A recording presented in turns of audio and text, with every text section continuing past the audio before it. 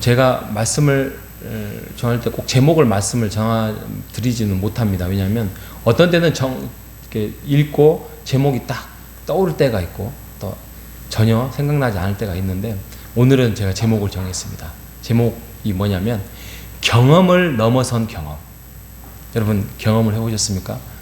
내 생각에는, 또 내가 지금까지 삶의 경험으로는 내가 이것을 할 수 있을까? 그런데 그래, 내가 뭐 믿음이 뭐 그래도 믿어본 경험이 30년, 40년 하나님을 부르짖고 기도했더니 하나님이 응답하셨다. 그런데 정말 기도했더니 정말 이상하게 길이 열리고 또 막혔던 문제가 해결이 되고 또 길이 딱 이렇게 뚫리는 이런 경험들을 여러분 많이 해보셨습니까? 많이 못 해보셨다면 경험을 해보시기 바랍니다. 그래야 우리의 믿음이 지금보다 더 쑥 자라날 수 있어요. 성경 말씀 열심히 읽은다고 또 예배를 열심히 드린다고 이거는 기본이잖아요. 여러분 기본이에요. 이걸 하지 말라는 이야기가, 이렇게 기본적인 삶 속에서 하다가 우리가 어떤 난간이 딱 부딪히면 하나님께서 아하, 나를 실제적으로 입체적으로 이제 나를 들어서 사용하시는 거구나. 그때가 그때예요.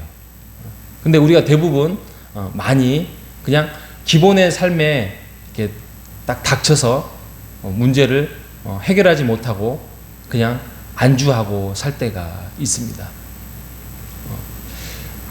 제가 한 며칠 전에 읽었던 책 중에 보면 코끼리를 통제하는 방법이 있답니다. 코끼리를 통제하는, 애기 코끼리 때부터 이게 밧줄로 이렇게 발을 묶어 놓는답니다. 그러면 아주 꼬마 코끼리 때부터 얘가 딱 가다가 딱 걸려요. 그러면 얘가 난 못 가는구나 이렇게 돼요.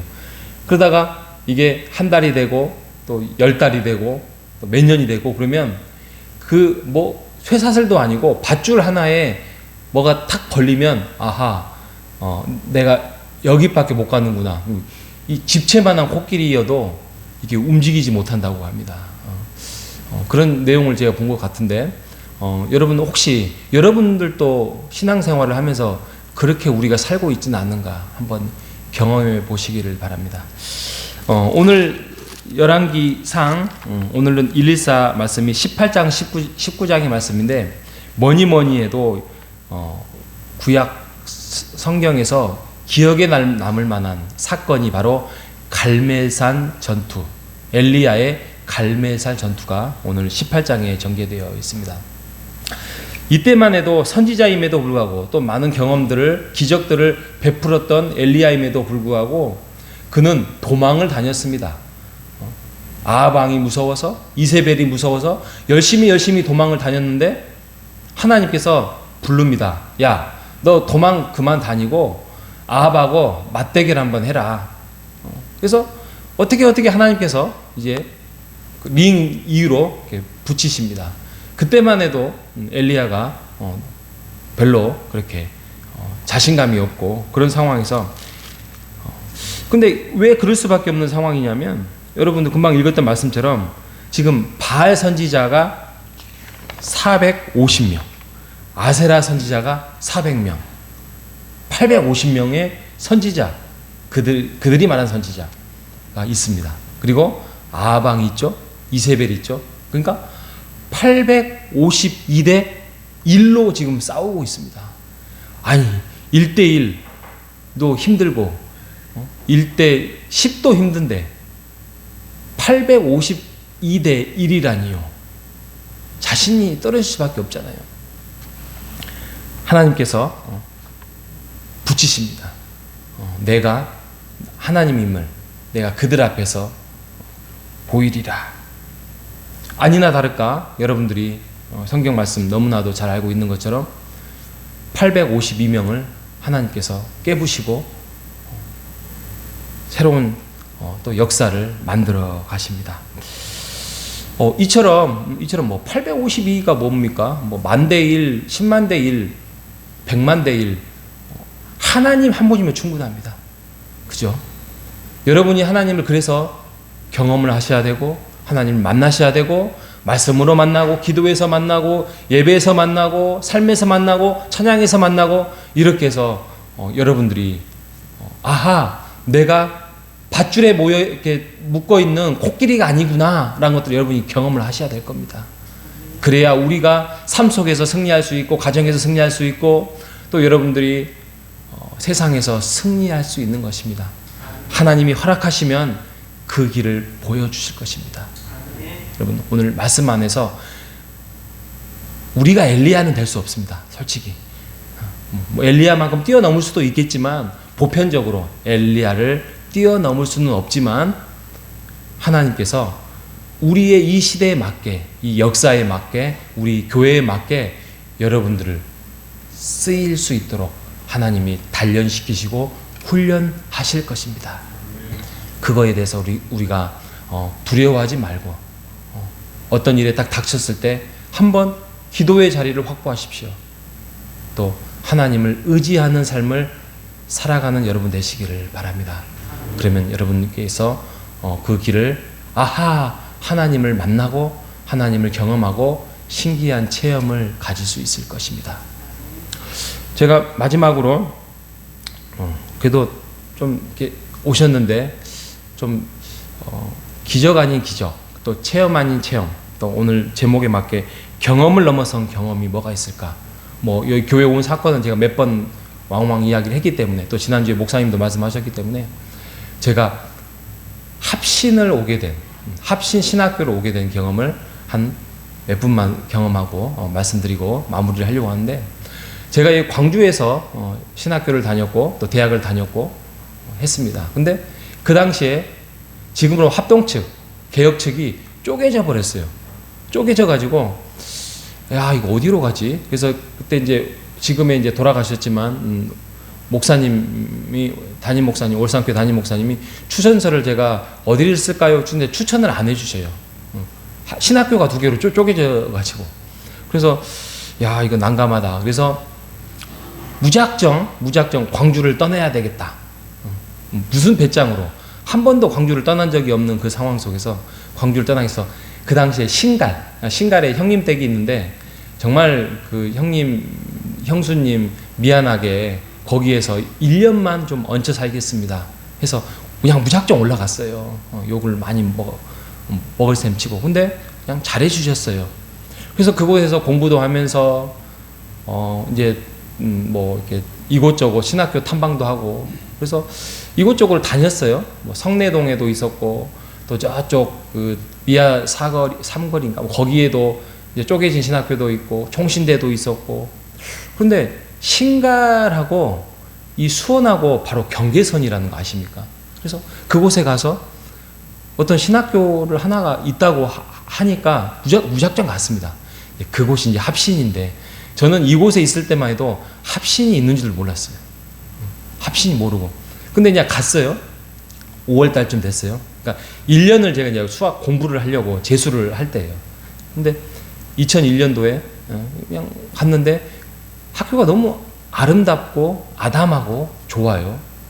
그래서 그냥 경험하고 선배들 한두 분 뵙고 이렇게 와서 그냥 무작정 공부를 하게 됐는데 이제 두 가지 길에 있었어요. 그 같이 공부했었던 그 선배들을 또 친구들을 쫓아갈 것이냐 아니면 합신을 갈 것이냐. 그래서 그냥 1년 동안 열심히 공부하고 시험을 2개를 봤어요. 2개를 딱 봤어요. 그래서 한쪽은 이제 합동 측 쪽, 한쪽은 합신 측. 근데 이쪽이 떨어져 버렸어요. 합동 측이 떨어졌다니까요. 근데 합신은 붙었어요. 근데 그거 아세요? 합신 시험이 더 어려워요. 제가 나중에 또 그 합신의 시험에 기회가 되면 오늘 시간상 못 하겠지만 굉장히 어렵습니다. 면접만 해도 3대1로 교수님 3명, 학생 1명 이렇게 시험을 보는 경험이 있는데 근데 붙었어요. 이게 뭐야? 그러니까 합신을 가게 됐죠. 그런데 몰랐는데 가서 보니까 너무 좋은 거예요. 제 체질에 맞는 거예요. 그리고 이곳에서 신학교를 다니고 했던 즐겨봤던 책들, 즐겨봤던 책들의 교수님들이 합신에 가 있는 거예요. 이분들이 여기 계셨구나. 몰랐는데. 그래서 이쪽에서는 열심히 막 뭐 이렇게 계파 싸움하고 또 학교 쪼개지고 막 이런 상황에서 뭐 지금은 많이 이게 합동적으로 이제 많이 모여져서 잘 있어요. 뭐 이분들이 신학교가 이상하다 이런 의미는 아니고, 그거에 비교하면 이 합신이 굉장히 조용하고 계파 싸움 없고 그렇습니다. 그런데 이 교회는, 우리는 800개라면 여기는 8000개예요. 그래서 많은 사람들이 인맥과 또 교회의 덩치와 또 어떤 교회의 사역을 하기 위해서는 8000개를 가야 된다, 이렇게 많이 일반적으로 하는데, 여러분 광주에 보면 합신측 별로 없잖아요. 저는 광주에 그 당시만 해도 떠나기 전에 합신이 있는지도 몰랐지만 합신 교단이 광주에 있는지도 몰랐습니다. 그런데 그런 상황에서 나중에 보니까 너무 하나님께서 저를 사랑하시고 인도하시고 그런 영적인 문제 안에서 간섭하셨습니다. 제가 이렇게 장황하게 말씀드리는 것은 그때마다 우리는 몰라요. 그냥 한 걸음 떼고 그냥 가요. 이게 하나님의 인도하심이었는지 하나님의 부르심이었는지 몰라요. 그런데 이걸 뒤를 딱 돌아보니까, 아하, 하나님께서 계획하셨구나, 하나님께서 준비하셨구나, 하나님께서 인도하셨구나 하는 것을 경험을 여러분도 하셨을 것입니다. 그러잖아요.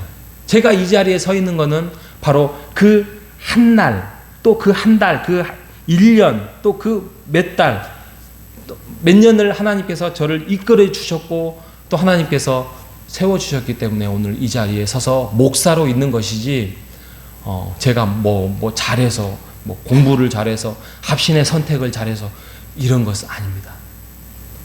지금 이 엘리야가 그런 모습이에요. 우리가 와 엘리야 막 이렇게 하는데 엘리야의 모습 너무 초라하잖아요. 19장에서는 또 도망 다녀요. 또 도망 다니고 로뎀 나무 아래서 있는데 하나님께서 또 세미한 음성으로 들려주시고 까마귀를 보내주시고 이런 사건들.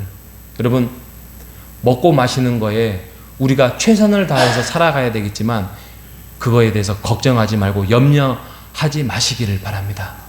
하나님께서 우리를 오늘도 이끌어 주시고 내일도 책임져 주시고 금년에도 하나님께서 세워 가실 것입니다. 하나님께서 우리를 엘리야처럼 이끌어 가실 것입니다. 오늘도 주님 안에서 새롭게 새로운 날을 세워나가는 우리 모두가 되시기를 주님의 이름으로 축복합니다. 하나님 아버지 감사합니다. 엘리야의 샘플을 통하여서, 엘리야의 경험을 통하여서 우리 또한 경험을 뛰어넘어선 새로운 경험을 우리에게 보여주시고자 우리를 부르시고 인도하시고 오늘도 세워주신다는 것을 말씀을 통하여서 깨닫게 해주셔서 감사합니다. 하루를 우리가 알 수 없고 일주일을 살아봤더니 하나님이 함께 하신 것도 잘 모를 수도 있지만 우리가 그런 것들이 모아서 봤더니 하나님의 은혜가 우리를 이끌어 오셨다는 사실을 우리가 경험할 수 있음을 우리가 체험하며 살아갈 수 있도록 인도하여 주시옵소서. 한계 있는 한계가 없는 경험들을 우리가 뛰어넘어서 하나님이 새로운 길을 우리에게 보여주시고 새로운 인생을 펼쳐주신다는 사실을 깨닫는 오늘 하루가 될 수 있도록 인도하여 주시옵소서. 살아계신 예수님의 이름으로 기도합니다. 아멘.